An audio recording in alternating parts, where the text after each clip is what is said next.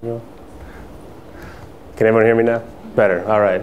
Well, not bad. I think if you've seen some of the other videos this week, they went easy on us on that one. Welcome to the Sunday morning panel, appropriately on resources on food, water, and energy, something I hope everyone has this morning after 3 days. It's been a great conference so far, if you've been able to be here for the full time. My name is Kevin Barron. I'm executive editor of Defense One. We're a news website out of Washington, part of Atlantic Media. And I'm thrilled to be here. It's my second conference, and was pleased to be invited to host this panel. So I'll introduce them right away and make a few introductory remarks, but we've been asked that we really want to hear from you, from the audience, and soon, early and often, right? Just like voting in the US. So raise your hand, think about what you, I know, it's not mine. Think about these issues, about, again, it's food, water, energy, and security. So I'm a Pentagon reporter, so I'll start with the rank, of course. This is Admiral Michelle Howard, who often is introduced as the first 4-star female African-American, but more important than that is she's Vice Chief of the Navy. She's the number 2. So I think that's probably the rank. And here we have Vladimir Milov, who is a former Deputy Minister of Energy, current President of the Institute of Energy Policy, who assures me that he's an energy optimist. He doesn't think that the resource crisis is as bad as probably many of us in the room think, or perhaps the Admiral has to worry about. And finally, we have Peter Tchotchkian. Did I get it right? I got it right. He was the Chief Energy Economist, Managing Director of ARC Financial Group, and who's had a TED Talk. So I'm already intimidated. But you know, Peter, in his bio, it says he likes to he studies how societies evolve in their energy use. And so I have to make a couple of remarks, but we'll start with him later on exactly where we are in that evolutionary scale, I think. Are we Neanderthals in our energy use, or are we the aliens in Close Encounters who have come down with the giant brains and know a lot more than we realize?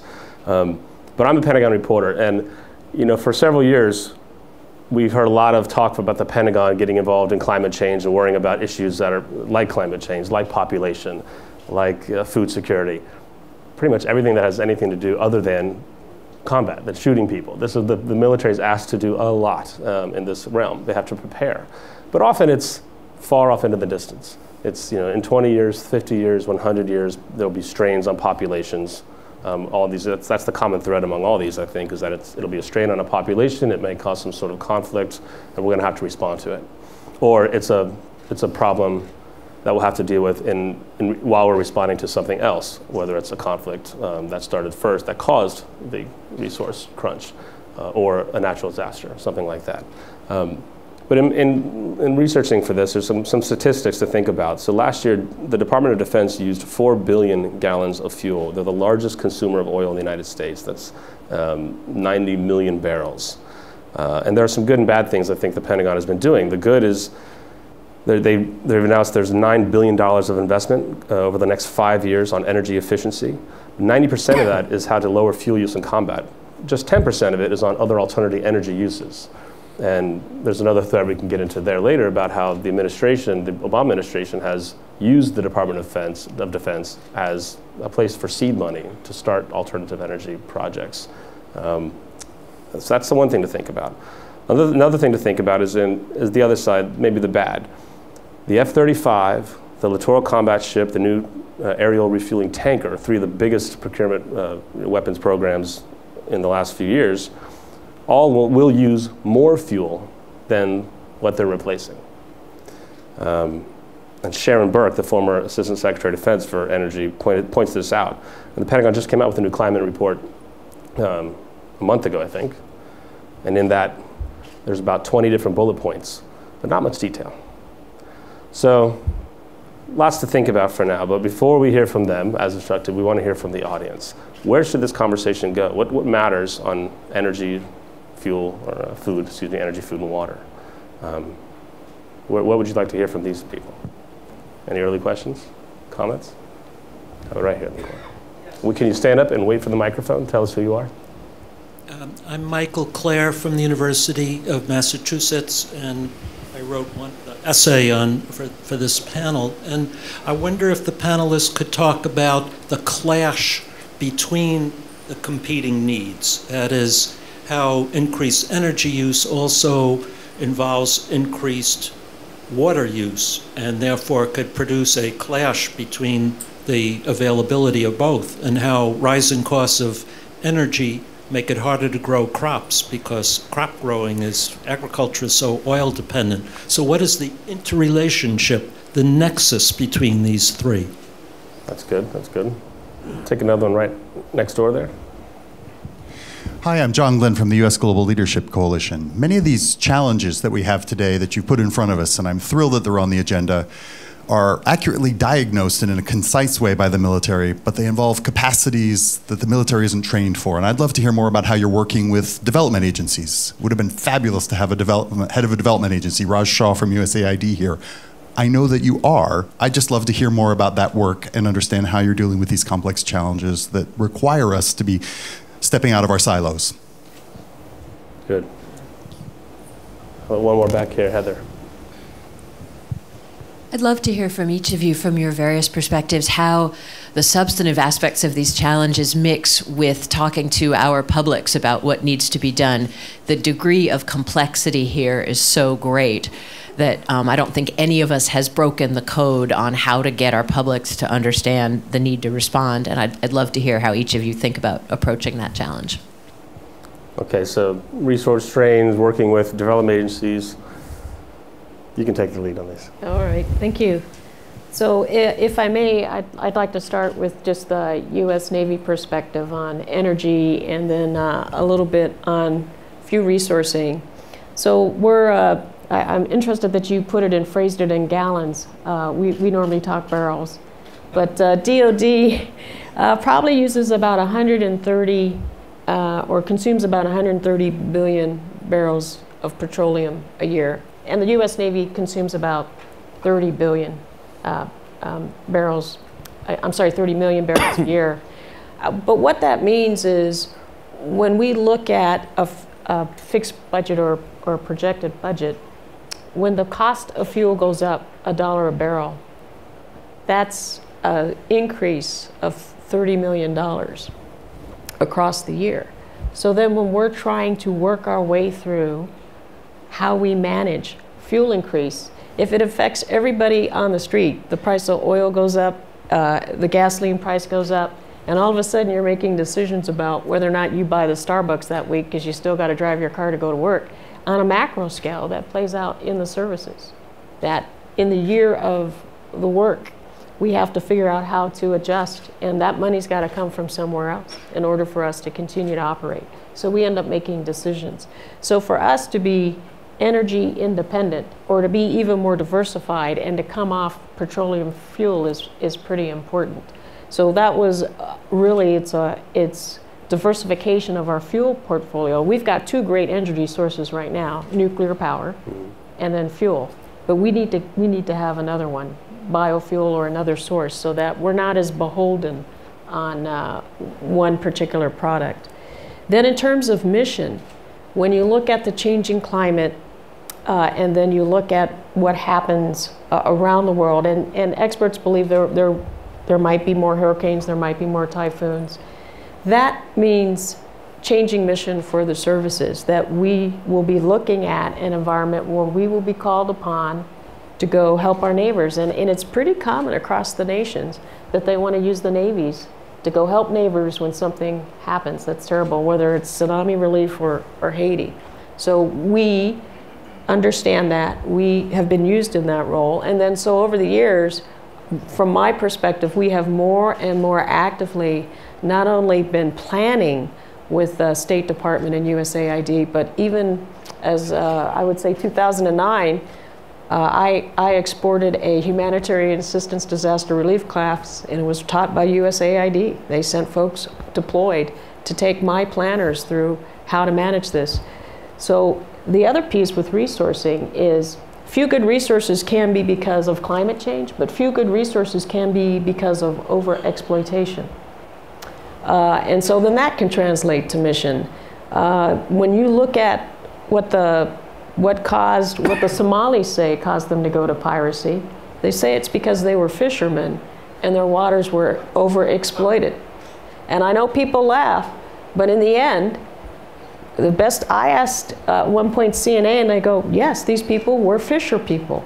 The waters were overexploited by other countries, and so they turned to crime. That is not unusual in any country where if you don't have work, and if the work is based on agriculture or on commercial fishing, and there's no opportunity, then you turn to crime. Well, piracy became all a part of our lives because these people didn't have enough natural resources. This is one of your jobs. You were the head of the task force. Yes, I was.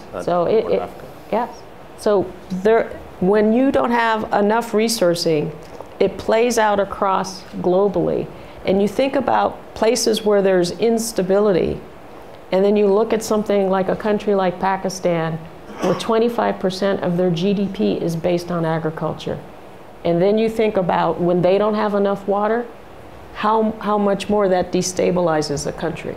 So those are all factors that play into my sphere of how we plan, and then how we train people, and then how we become more proficient and independent in operations. I'd like to come back later on the mission again. And is the Navy, our military's right sized to do these missions versus other aspects of government? And I read it's easy to say that the U.S. sent 4,000 troops to the Ebola region in West Africa, but partly because there aren't 4,000 USAID workers, there aren't 4,000 of anything else. It's the military that's asked to do these jobs.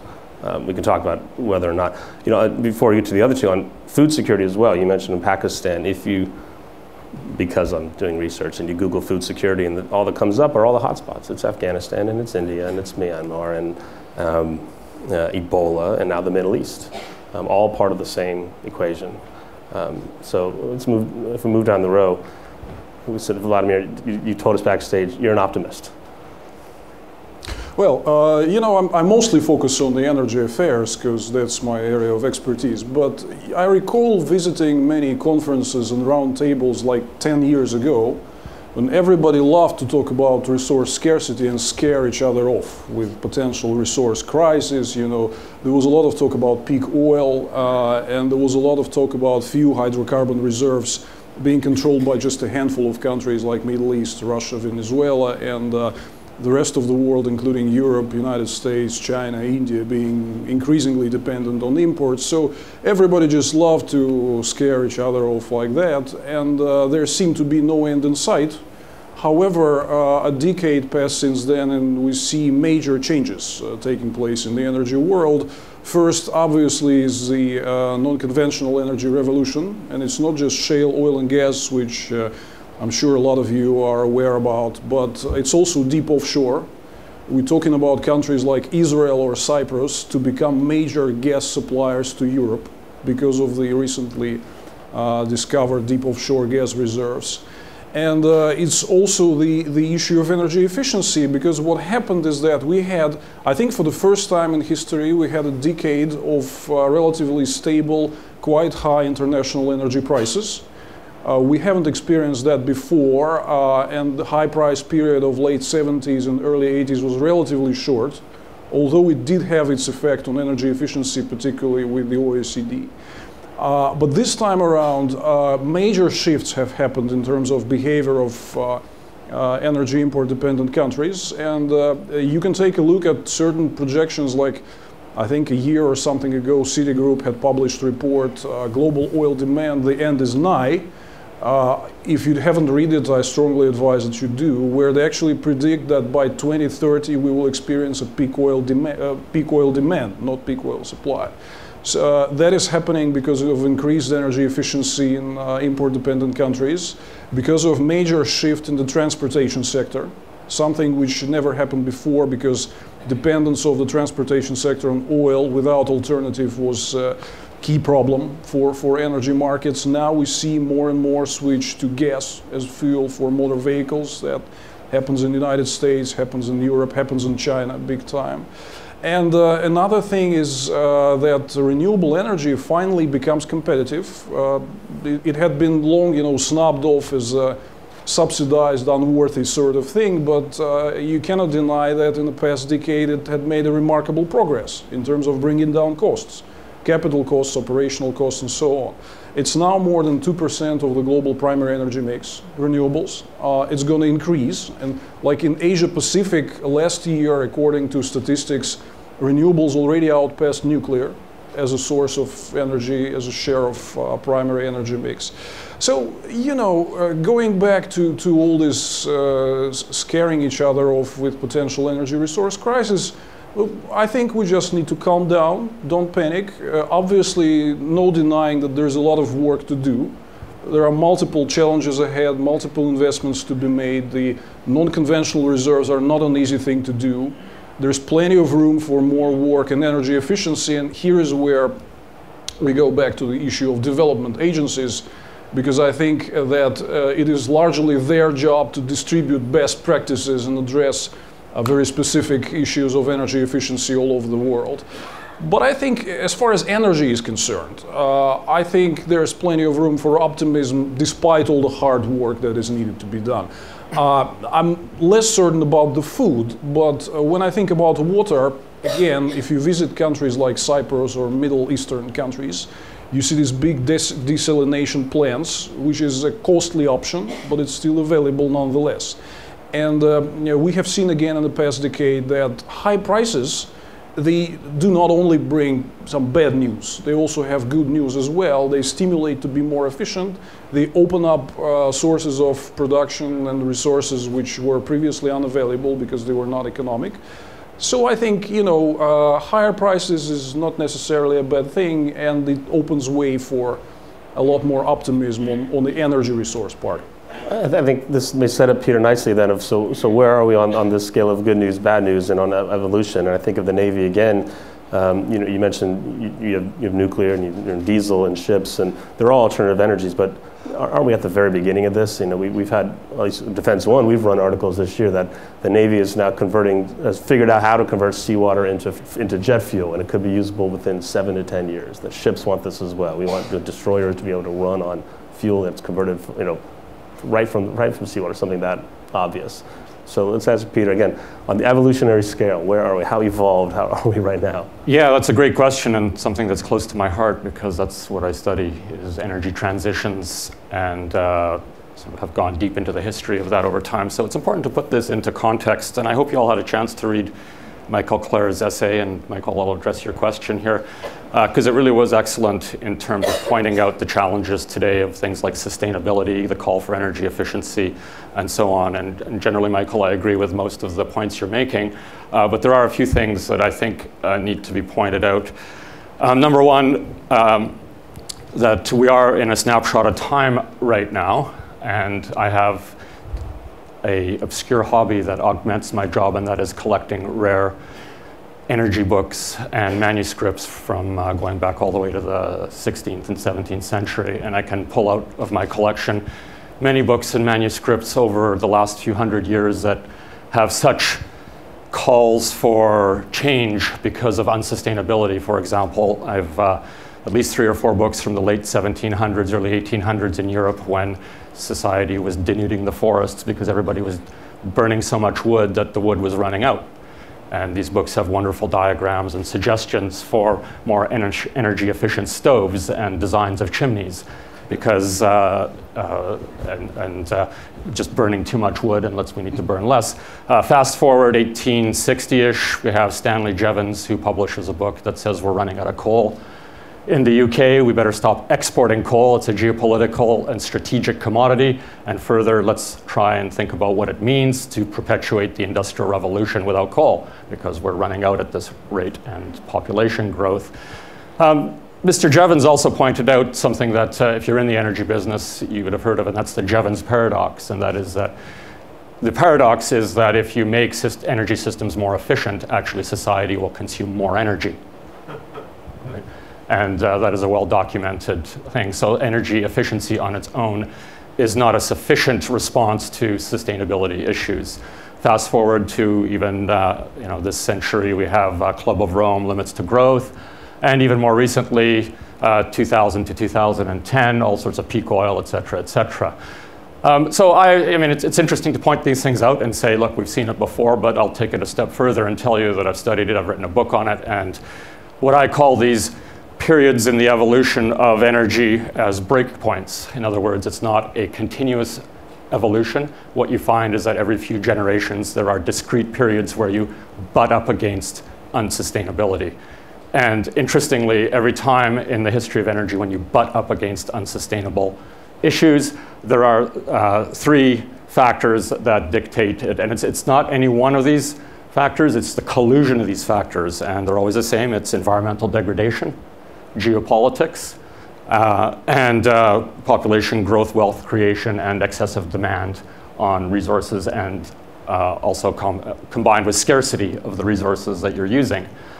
And so during these periods of breakpoints, what you have is periods of a lot of turmoil, turbulence, geopolitical issues become exacerbated as you, for example, in the 1700s, you start thinking about fighting over the forests because wood is a strategic energy commodity. So I argued 10 years ago in my first book that we are about to enter one of these periods, these breakpoint periods. And indeed, I believe that is where we are today. Like Vladimir, I'm actually technologically an optimist that technology can actually take us much further as it has in the past, which is a little bit at odds with Michael's thesis in his essay. But I am actually more in the near term quite concerned about the geopolitical angle, which is what this conference is all about. The global geopolitical situation, I think has been said many times here, is nothing short of ugly. And that is curtailing investment, which is my business, into energy projects. And there's a double whammy, because not only do we have the geopolitics of the world, which neatly overlay, interestingly, the bulk of the oil production of the world, we have that colliding and exacerbated by, for example, the environmental groups that are lobbying investors to stop investing in fossil fuels. And those two things, I believe, are going to manifest themselves here in about 3 to 5 years. Because investment is going to start, it already is, by the way, starting to dry up in major oil projects around the world, not in North America. And I think that because today's investment decision shows up 3 to 5 years, up to 7 years from now, I think the problems you're really going to start to see again on the oil side in particular, are going to show up 3 to 5 years from now. So I'll just leave it at that. Sure. And I'll look around the audience. We have a lot of uniforms and a lot of civilians. So I'd ask everyone to think. I think we've heard, let's put in energy terms, supply and demand on this crisis. So what are the approaches or the concerns that are of how to alleviate these crises or prevent them or do something about them ahead of time? And then on your job, which is what to do about it when they happen. Our military is right-sized with the right equipment, the right forces, the right training, the right budget, the right planning to tackle these things as they're so often asked to do. I saw a hand back there, this woman in the glasses. Thank you very much, Scotty Greenwood, United States. I want to pick up on a thread that you just mentioned, the last speaker, about technology, and ask the panel the extent to which you think technology really can help solve problems and the extent to which public policy can help drive innovation. So 2 examples. One is in the Canadian oil sands. The rap on the oil sands is that they're carbon intensive, and yet industry has gotten together and shared intellectual property and figured out ways to make the development of that resource much more sustainable through, let's say, dry tailings ponds, things like that. So the one question is, are there innovations in energy that can help make it more sustainable, and what's the policy? And on the food side, I would ask, Ambassador Andrew Young, former U.S. Ambassador to the United Nations, works a lot in Africa, and one of the things that he's been advocating for years is the use of, for example, biotechnology to make crops more sustainable so that you can grow food with less water, less pesticides, and yet that becomes controversial around the world. So what can policymakers like you do to help drive the innovation that'll solve these problems? Thanks. Well, you were a minister in the government. What do you think? Well, first I have to say that if you take a look at the recent non-conventional boom in the oil and gas, it was pretty much driven by private initiative and to a large extent by smaller and medium-sized companies without direct government interference. This is why my best advice to governments, if you want the non-conventional boom to continue, stay out of it. That's just as clear a message as I can give. However, of course, there are very delicate environmental issues, and there is climate. I'm an industrial guy, but I'm strongly against this vision of environmentalists as a bunch of worthless guys just, running around and preventing important energy projects from happening. No, a lot of environmentalists, they do address legitimate concerns. So I think the public policy should be focused on balancing this thing, because I see what worries me though is if I consider, for instance, the US and Canadian shale boom in tar sands, is this huge gap, mentality gap, dialogue gap between industrialists and environmentalist groups. It looks like they keep denying each other. Industrialists say, oh, it's totally unworthy to talk about environment because there are energy challenges and we need to address them. And environmentalists, a lot of them really behave like you need to shut down these projects completely. Not just manage the risks, develop best practices, but to shut them down, which is wrong. So I think a public policy role here is to bridge the gap between the two groups. And another important issue is, of course, energy efficiency, because it works. Just like take a look at the United States. United States consumes now 2 million barrels a day less oil than it did 10 years ago, which is despite economic recovery, which is a tremendous achievement. So I think a lot of public policy efforts should be focused on distributing the best practices all over the world, because there are places like, former communist space where we do have a problem of this absolutely outdated Soviet capital stock. We have factories like 20 meters high. You have to heat up all this stuff in winter unnecessarily, where they can be sized down to just 2 or 3 meters maximum, right? We have buildings absolutely not insulated properly because of poor Soviet standards. So public policy should be focused on distributing these best practices of energy efficiency standards all over the world, and I think that should be primary concern. This good experience is not shared sufficiently. Sure, you want to add to that? Yeah, Vladimir, I agree with you. The free market has a very, very powerful way of fostering innovation, and we are in this period where we are seeing dramatic innovation in things like drilling, completions, the ability to bring more oil and gas to surface at lower and lower cost. So I think that policy, I think some regulations in terms of environment, I agree with you, environmentalists serve a good purpose in terms of making sure that those practices are kept in check. But I think where the policy really needs to come into play is not directed towards the supply side or along the energy system, a la, say, energy efficiency. What it really boils down to now is, I think the other question that was brought up with the audience is what do we say to the public? Okay, because the public, and it was mentioned in this conference many times in another context, is being fed a lot of disinformation. I think that the policy within the governments now has to be to really embark on a campaign to combat disinformation in whatever form it's taking, because I do believe that they are behind in the use of social media, and that was discussed yesterday, and it's behind in this realm. I think in terms of the anti-fracking stuff, watch out. Like, it's coming at you hard, and a lot of it is disinformation. And it is going to be quite inhibitive, I think, if we're not careful, certainly in Europe, to the efforts there to become more energy independent. I also think public policy on another dimension in terms of the sustainability thing is that there's this tremendous tendency to create, or a tremendous tendency to point fingers at, oh, it's the oil industry's fault. Oh, it's where's the technology? Let's subsidize technology. But nobody actually looks themselves in the mirror and say, actually, it's our collective responsibility, because there's a big difference between conservation and energy efficiency. Conservation means being mindful about when you turn the lights on and off, or what kind of vehicle you drive, and all those sorts of things. And I think that the public is shirking responsibility, and I think the governments have a responsibility to educate people, to tell them that, hey, guess what? You know what? Like 75% of emissions are generated in the oil supply chain driving vehicles. Right? You talk about the oil sands, which, yeah, it gets a bad rap, absolutely. I mean, you know, it's only like 10% of the emissions come from upstream. Like, but the bulk of the emissions are in the habits of the people that use this stuff. So, like, let's put this thing in perspective. So I would just say that the policy has to start in educating the public, and that point was brought up, and it is so important on many dimensions in this forum.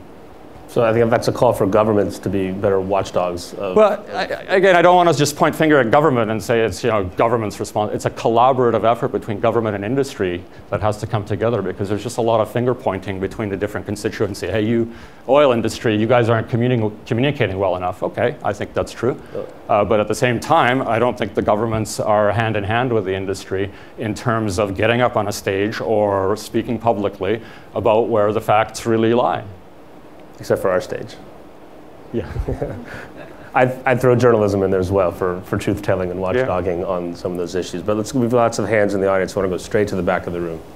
Howard Dean from Vermont, which has a lot of water, but most places don't. And I'm persuaded by the arguments I hear about energy and our innovation in the private sector. I'm not persuaded that desalination plants are going to solve the problems of agriculture in the third world. And as climate change continues to reduce dramatically the size of our ice packs all over the world, we have a storage problem, we have a precipitation problem, we have a containment problem. And I'd like to hear more about the dangers of not only maldistribution of water, but lack of water in a lot of critical areas, which I think the Pentagon has identified as an enormous security problem because of the mass migrations that are likely to take place as a result. I'm going to speak to... So regardless of the cause, where it's lack of water or collapse of the government, the society, massive migration is a challenge for any country, and it really hit home for me. I was off of Albania in the 1990s, and through some lousy pyramid scheme, the labor force of the country just collapsed. And during that time frame, something like, in a very short time frame, 600,000 Albanians migrated out of the country, most of them across the waters to Italy. And then when you think about mass migration like that, and just even today, when you look at what's going on in Syria and the surrounding countries, trying to absorb all these displaced people, and then in some ways, there's really no way to repatriate them back to their country of origin. That becomes an issue for that neighborhood, country, and government that has to be dealt with. These people have to be fed and taken care of, and 600,000 people is a tremendous, tremendous problem for any nation. So when we look at mass migration starting because of lack of food, lack of water, there's going to be neighboring countries that might not be able to absorb a mass migration. And so the instability, the originating country of instability, that instability then starts to transmit across a region. It just doesn't seem to get localized. And so you think about, this is a security forum, and we generally think about security in terms of potential conflict between nations for whatever reason. But a lack of resources could be just as much the source of the conflict. I think about, if you could imagine a country that has 1.3 billion people, an increasing GDP, most of the people are employed and has abundant resources. Some people might say, you ought to be worried about that country. That's not what you lose sleep over. You think about a same country that has 1.3 billion people, but doesn't have enough resources or water for 1.3 billion people. That's instability, and that's security that we need to think about and imagine and keep our eye on. So, talk about the reality of what can just the Navy do when they're called upon. How many hospital ships does the U.S. Navy have? So there's different things that we do. So it's not always that we're the healthcare provider at sea.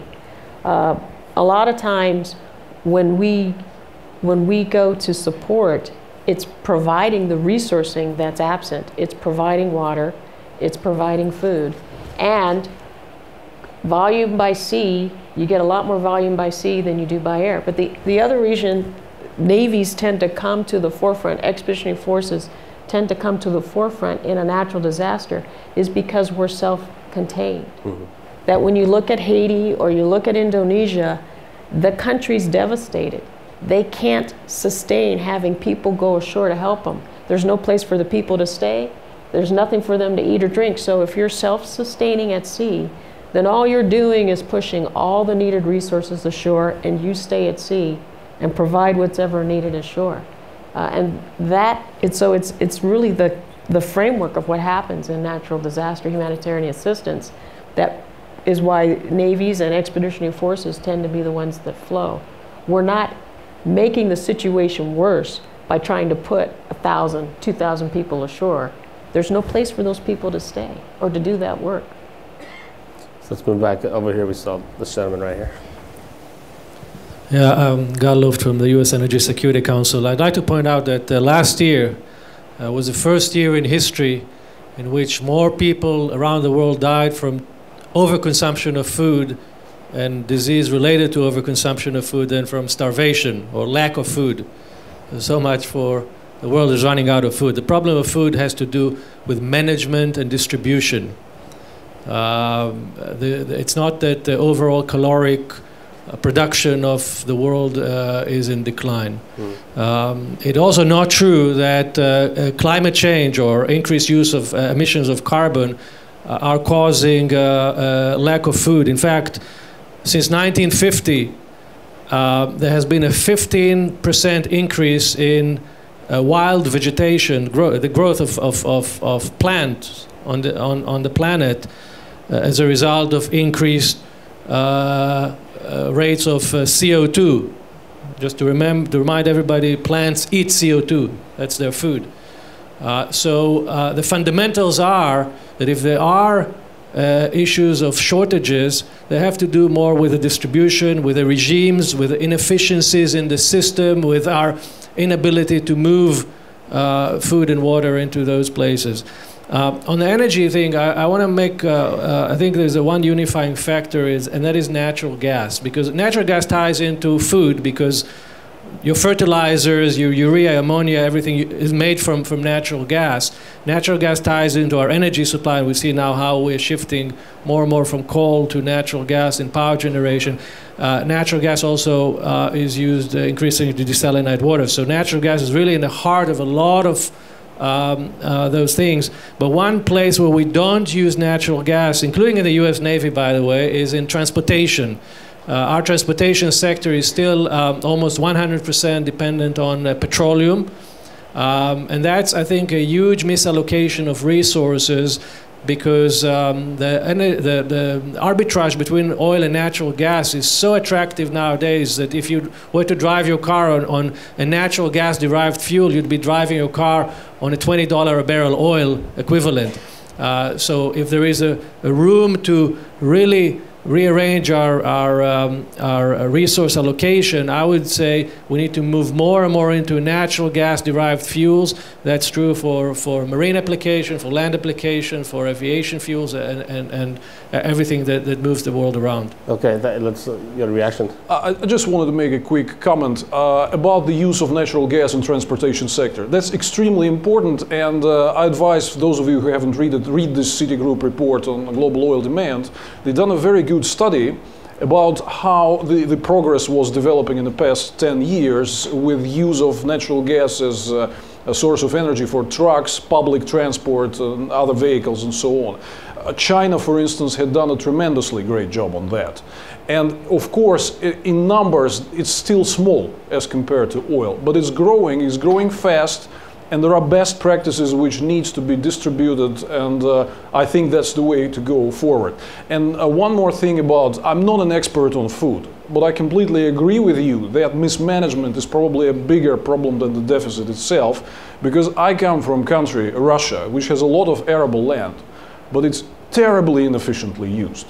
The productivity is extremely low in a lot of cases. So as I know the scale of these problems in the Russian agricultural sector, and it's kind of surprising for me to hear about the potential future deficit of food in the world, knowing that there is such a potential, at least in my country, which is big in terms of territory, right? And can supply a lot of food to the world if this sector is just better managed. So you made a good point. I completely agree with you. Let's go just left of you, Stanford back there. Yes. Hi, Anya Manuel, Stanford University. Admiral Howard, you touched briefly on the issue of clean technology, which we haven't really discussed. There is a massive revolution in clean technology going on in the United States. A lot of innovation happening.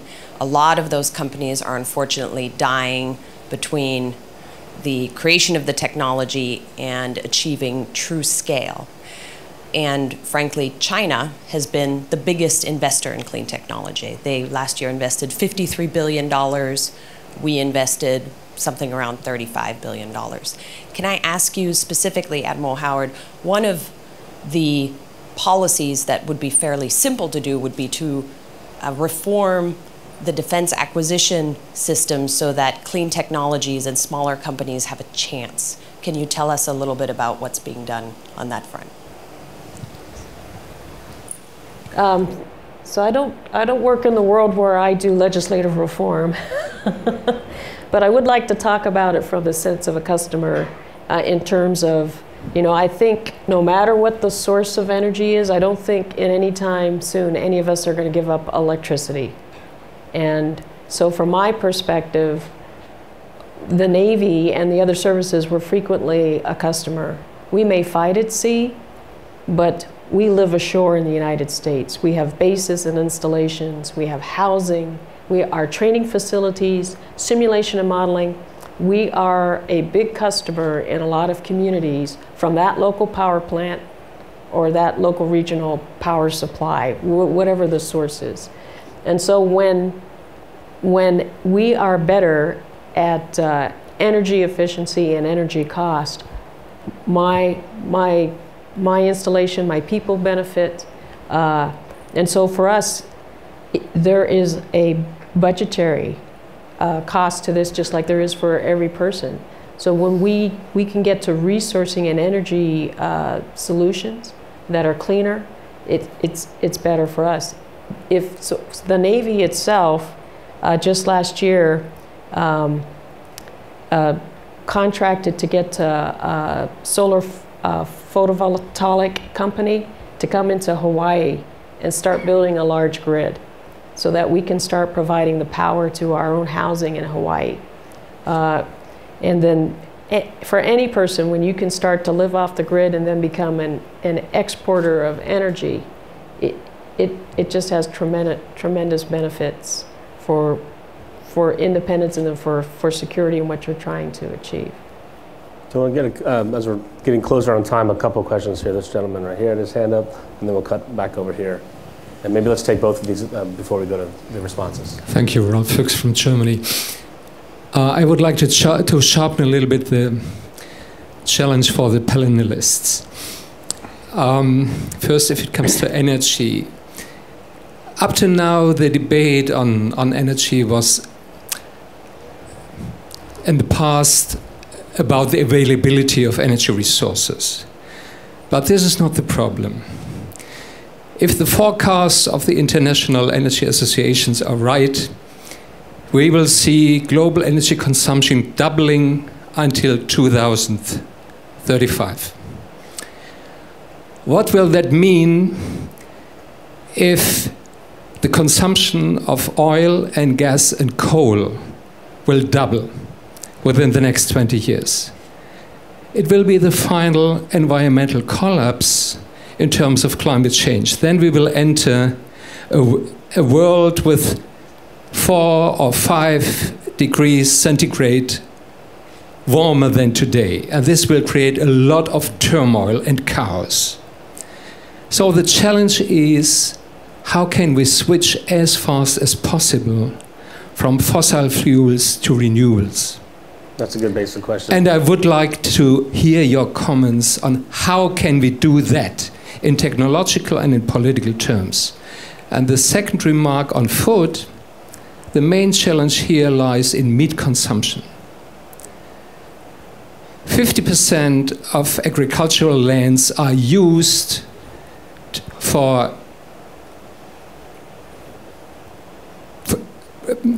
food production for animals and to raise animals. And a huge amount of water is used for meat production. So if we see rising meat consumption with a rising global population, this is the challenge. How could we reduce meat consumption without, I would say, dictatorial, using dictatorial and authoritarian methods for that? Okay, so two good points on how do we quickly move from fossil fuels and quickly move from meat production current. Let's get one more here on this side. Thank you. I'm Cesar Jaramillo with Project Plowshares here in Canada. My question is about nuclear energy. I was wondering if I could get your thoughts about the future trends or predictions about the global use of nuclear energy and how you can reconcile the perhaps undisputed benefits of nuclear energy with the very much undisputed and well-documented risks that are associated with nuclear energy. And I'm thinking of two dimensions. One, the Fukushima-type disaster risk, and secondly, the dual-use nature of nuclear energy and the well-known possibility that it can be diverted for military purposes. So can these risks be properly managed in such a way that the benefits outweigh the risk of nuclear energy? Good questions to go from fossil fuels to nuclear. And I mind yesterday with the panel with American Congressman John McCain bringing up Yucca Mountain. I haven't heard that word in a while. And Tim Kaine's response to it saying the state of Virginia is 40% nuclear already, and a big proponent and a Navy man as well.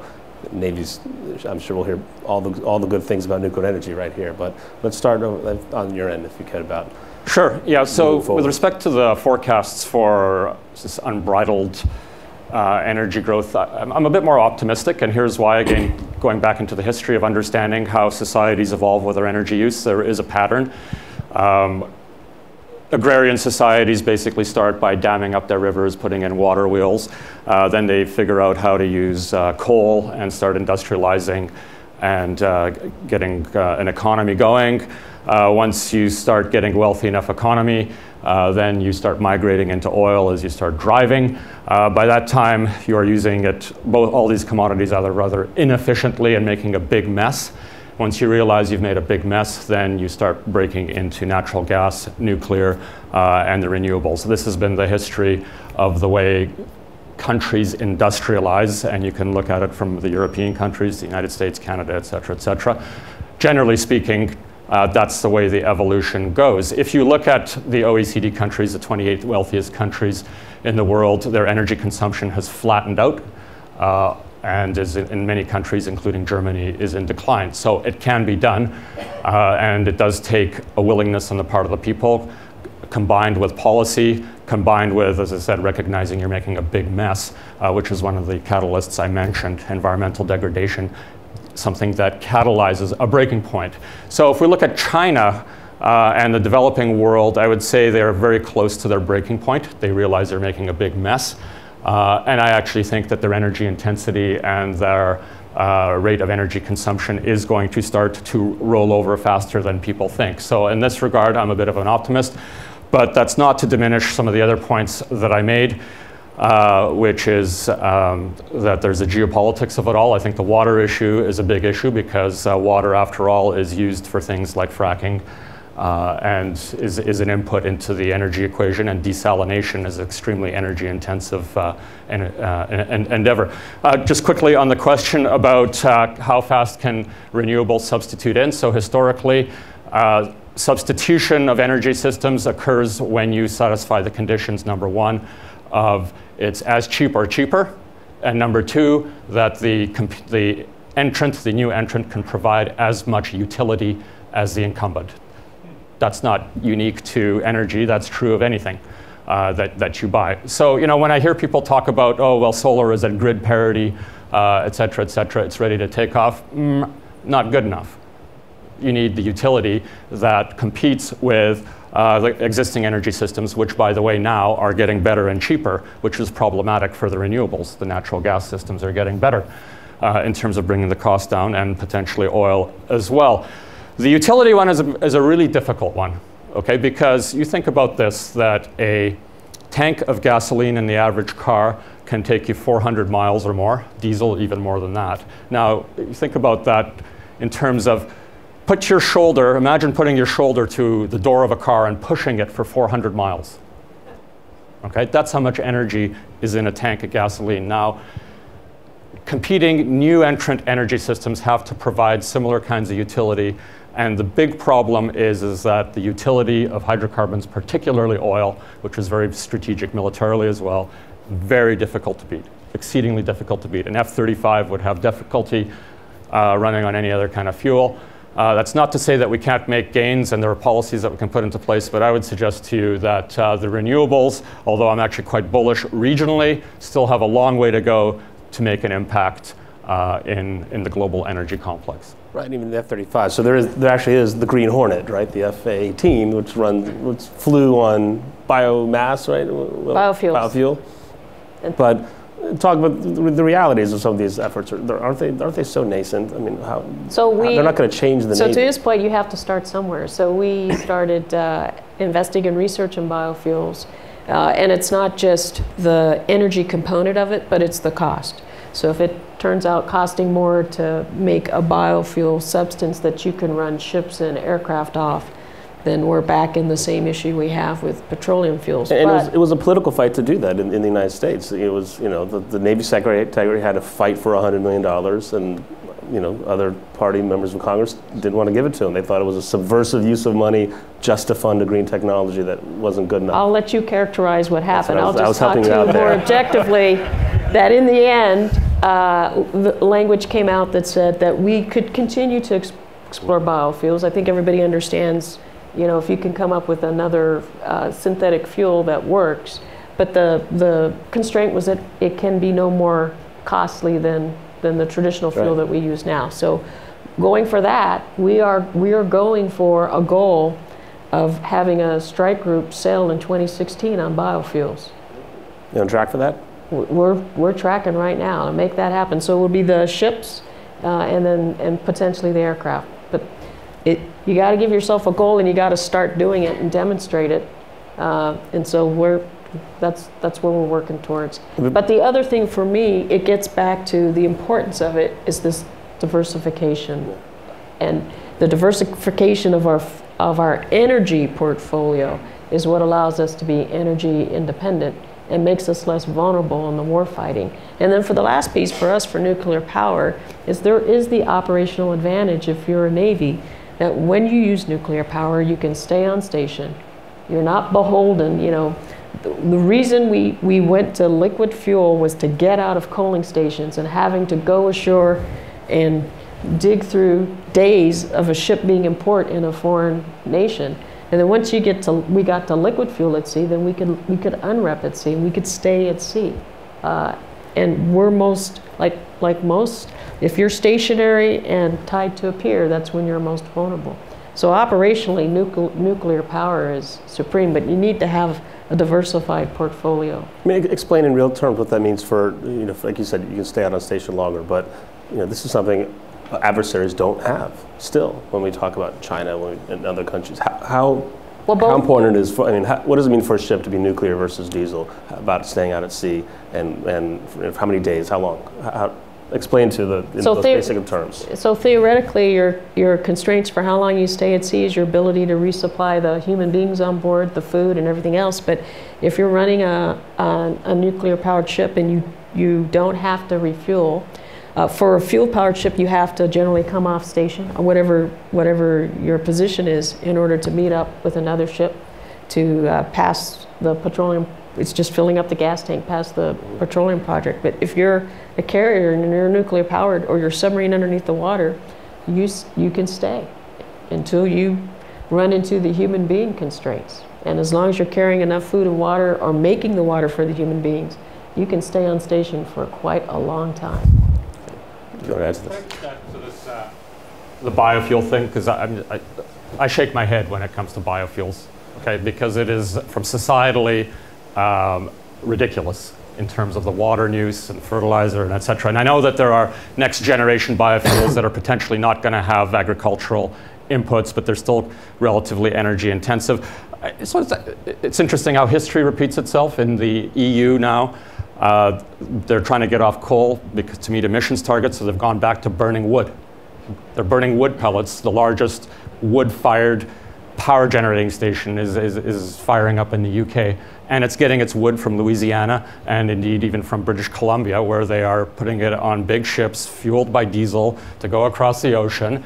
And I'm thinking, like, have we not learned this lesson where we were denuding our forests? And I understand that it's carbon above the ground and not below the ground, but honestly, if you call that environmentally sustainable, I think you need to give your head a shake. Now,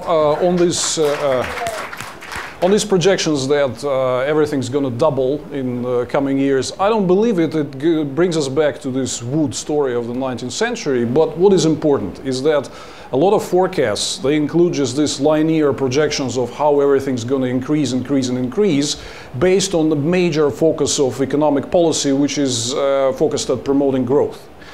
I think, and particularly in the post-crisis environment which we experienced in the past 6-7 years, it is probably, and talking about this scarcity stuff which we touched upon, we probably need to revisit the model on how we look at economic development, because, for instance, take a look at Japan, which had like 2 lost decades in terms of economy, and now that Abenomics appears to be dead, maybe it's entering a 3rd decade, but they have a decent standards of living, despite relatively zero or low growth. Maybe that's the model we should be thinking about, and not projecting, this high increase of GDP, energy consumption, food consumption, and so on. I think this is probably the way we should be thinking about evolution of economic policy goals as compared to perpetual growth of the concept of the previous years. And about renewables, I think we also have to stop thinking about renewables as a substitute to this, big 3, oil, gas, and coal, which dominate the energy balance. Some think that it will be replaced with solar, wind, whatever, which would play similar big roles. We got to think about renewables as filling very specific niches, maybe not too large, like geothermal best fits for energy supply of remote north regions. Like municipal waste is very good at providing energy for cities. Like wind and solar are very good sources for individual homes and rural areas and so on. We got to think about renewables for their specific niches and purposes, and this is why we can make them best fit into global development. On the nuclear thing, I think, well, I apologize to all the fans of nuclear energy, but the industry is dying. It was 15 years ago, it was 8% in the global primary energy mix. Now it's down to 4%. It's going to be outpaced by renewables quite soon. We will see it in the coming years. We have over 400 reactors globally, like 2/3 of that are outdated, which needs to be decommissioned. And we're talking like 30 to 50 being built in the world. So there is no replacement. The industry is shrinking. And, I'm not an environmentalist. I was a regulator. I regulated the tariffs for nuclear power stations in Russia. So I know that this industry is a champion in hidden costs, starting from, underestimates of capital costs during construction, to decommissioning costs, to treatment of nuclear waste, a problem which is still fundamentally not solved globally. So we're running around with this stuff. Russia is now importing it for reprocessing and so on. And if you take a look at any project of building new nuclear power plant, the safety estimates are based on this 10 minus something, which tells you that one big catastrophe is likely to happen, given the current number of reactors, once in 2,000 years. Now, have a reality check. We had 3 major disasters in 3 decades, And all of the cost of these disasters are borne by taxpayers, guys like me. I don't want it. So this economics, not environmental issues, are the factors which are bringing nuclear industry down. And it's been running around with ideas like fast breeder reactors, thorium reactors. I hear this white noise for decades. Question is, where is it? Can it deliver? Look at renewable guys, how efficient they were in bringing down their costs in the past decade. Now, what about nuclear? Where is this all new stuff? We're still building all types of reactors in multiple cases and so on. So I think if we focus on renewables, not in a big global way, but just filling the specific niches where they fit perfectly, I think that's the way forward. And in this regard, I believe in their future, they might soon become a very important source of global energy. You heard it, it's Russia where John McCain is not welcome, but nuclear waste is. So I'll get a couple more questions. We're down to our last few minutes, but right here to your left. Okay, I'm gonna, if it's okay, just make a couple comments and then maybe just have a couple minutes. Do a question. Be quick. My one big comment is that to kind of tie all these topics together of energy. Say who you are, by the way. Introduce yourself. Taylor Wilson. I'm a nuclear physicist. I can talk more about nuclear power, but to tie energy, particularly electricity, and food and water together, I mean, they're all resources of energy, right? If you think of our energy sources right now, things like fossil fuels, wood, I mean, that's storage, that's basically ancient solar storage or new solar storage, but they're storage mechanisms for energy. So I've heard desalination mentioned some, and desalination is kind of an interesting concept, right? Again, ammonia production for fertilizer, #1 produced chemical in the world. Energy, water, and food, they're directly interconnected, and that they all are just basically uses of energy. And so if energy cost goes down, you can talk about doing things. So desalination is interesting because even in the developed world, you look at places like California, it's kind of just marginally efficient enough in that you have to build very large fossil fuel fired plants, very carbon intensive, very capital intensive. But the thing about it is, if for example, California, if they go through a drought, they build desalination plants, and then the cost of water goes down, they get more freshwater input, it no longer becomes cost effective. But that's kind of in the developed world, and that's kind of with the cost of electricity today. So I think moving forward, and certainly I have some ideas for how you could drop the cost of electricity dramatically, energy dramatically. But I think we can look at things like desalination, synthetic fuels, things of that nature, becoming a lot more kind of possible, if you will. So my question for the Admiral is kind of along those lines of things like synthetic fuels, things like biofuels, onshore power, kind of what are you guys looking at right now from a research standpoint? How many years till you kind of put these things into test beds and try to fill them? And what do you see as kind of the most promising technology that you've seen? Yeah. Before we answer, I want to get one more question. You still want to ask yours? And then we're in our last 5 minutes, and we'll get some closing remarks. Thank you very much. David Goff, American Chamber of Commerce from here. So first of all, welcome to Canada's Atlantic Gateway, but also Canada's military asset capital. So we are your Norfolk, a little smaller, but this is where we have our assets. So on the business side, and back to natural gas, we in Nova Scotia have been importing natural gas from our offshore, thanks to Exxon and what have you. And we've been fueling 25% of New England's natural gas needs from right here in Nova Scotia. But that's turning around. And now with what's happening in the United States and certain pipelines, we've got 3 liquid natural gas plants in play in Nova Scotia. So my question, not only to the Admiral, but the other two, is could the future to our Navy and your Navy on the security side from Nova Scotia be those LNG tankers going to Europe and other places? In other words, could they be as much of a component in international security as our navies are to help shape the world as we go through this security conference? Okay, so let's head back, maybe get you on the nuclear question. So we, as mentioned earlier, we sponsored an experiment trying to turn salt water into fuel. And it turns out you can just do about anything that's your imagination can bring, but it's cost prohibitive. And then, you know, for a thimbleful, it's hundreds and hundreds of dollars. And so kind of step back a little and start looking at what's already been proven and then saying, can we modify this for the maritime environment? So the biofuel piece, the Navy started a couple years ago, and then the question is, can you produce it in enough quantity, and then can we get it distributed in a safe manner out to sea? And so that's the one we focused on, and then you have to say, okay, how do I actually demonstrate that this is feasible? Not just in terms of the cost per barrel, but can I run it at sea? And that's when we said, okay, the only way we're going to be able to do this is to set a goal in 2016. We're going to try and run a strike group using biofuel.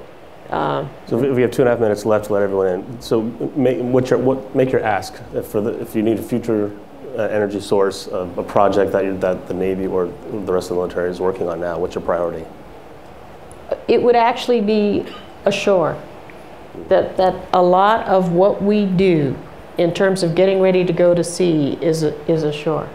And for this country to be energy efficient, energy independent, when you look at my training facilities, runways ashore, and everything else, all that we use, taking care of our families, that an energy efficient and an energy independent country is good for the services. Okay.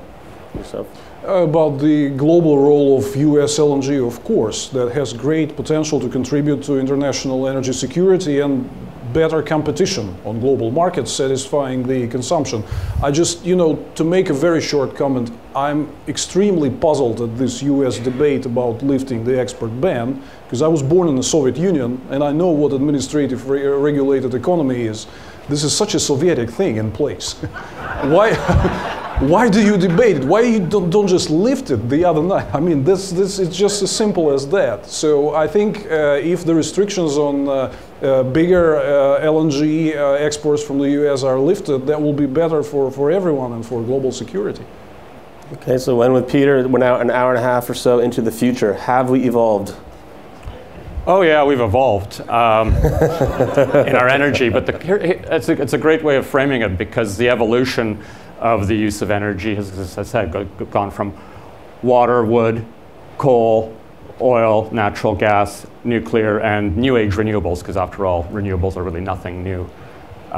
So there's this natural tendency that we've been programmed into as a society, that this question that the gentleman there said, what's next? Right? What are you working on? What's next? We're programmed into thinking, well, what's the next big energy supply side solution?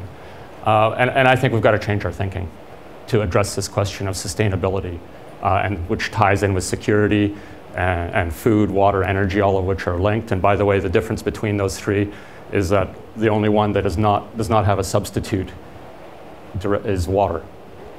So you can find some alternatives for food, certainly for energy, but water is the one where there is no substitute. So what's next? I come back to it. Yes, it's energy efficiency. However, I'm heartened. There's all these LED lights here. That's fantastic. They're way more efficient. But if you look at the trend now, as the price of LED becomes competitive and its utility is more compelling, what are people doing? They're trading in their old Christmas lights, but they're buying 3 times as many Christmas lights. No, watch it. They're putting accent lights under the kitchen and in the cars, et cetera, et cetera. So actually the net reduction in energy is probably going to be 0, maybe even negative. So the answer I come back to, and I think it comes back to one of the first questions, is public. Like the next generation is going to be about more mindful use of our exceedingly inefficient energy systems. It's going to be about conservation. There are good precedents for this. Just wrap up by saying, I think the global leaders in the mentality of conservation are probably the Japanese. Over there, I think it's a sport to use as little energy as possible because of their constraints and their resources. And I think there's a lot to learn about that as a society, we cannot continue to overeat. There was the comment there. My second book was called The End of Energy Obesity. because we're obese on energy as much as we are on food. And I issue a call for conservation. And that doesn't necessarily mean putting on sweaters and so on. There is a lot of waste. I bet you in this hotel there are many lights on that should not be on. And it is, this is so important to understand. Like you take, for example, an incandescent light bulb. 100 pounds of coal, the amount of coal that you actually use to create usable light from an incandescent light bulb is 1 pound. 1% efficient by the time it goes from the coal mine to your eyeballs, the light. That's staggering. Staggering, 99% inefficient. And so that's the bad news. The good news is that you flick the light switch off, you have 100 times amplification of the effect. And so without a doubt, in my mind, it is not a technological issue, sustainability. It is reprogramming people to think that the solutions do not lie on the supply side, the solutions lie on the demand and consumption side. Well, good. Well, before we start a war on Christmas, we'll wrap it up there. And now I feel guilty that I have too many lights and that I missed the 5K run this morning for 2 apiece. This is a fascinating discussion. And let's go back to the very beginning and think of these videos that they produce here, which are tongue-in-cheek and they can be a little scary. But I think, as a reporter's perspective, I like to always think of the reality of all these big esoteric discussions we have in these conferences. And the reality on the energy strain and the food strain and the water strain are the images of people suffering, or animals suffering, or societies and resources. And I think that's what everyone in this conference, as we go through these sessions, tries to work on in our own way. And we get to have these nice hashtag first world problem conversations. But those are the real realities of what everyone does when you go back home to wherever you're from and do your jobs. So thank you for your time this morning. I feel evolved. I hope you do too.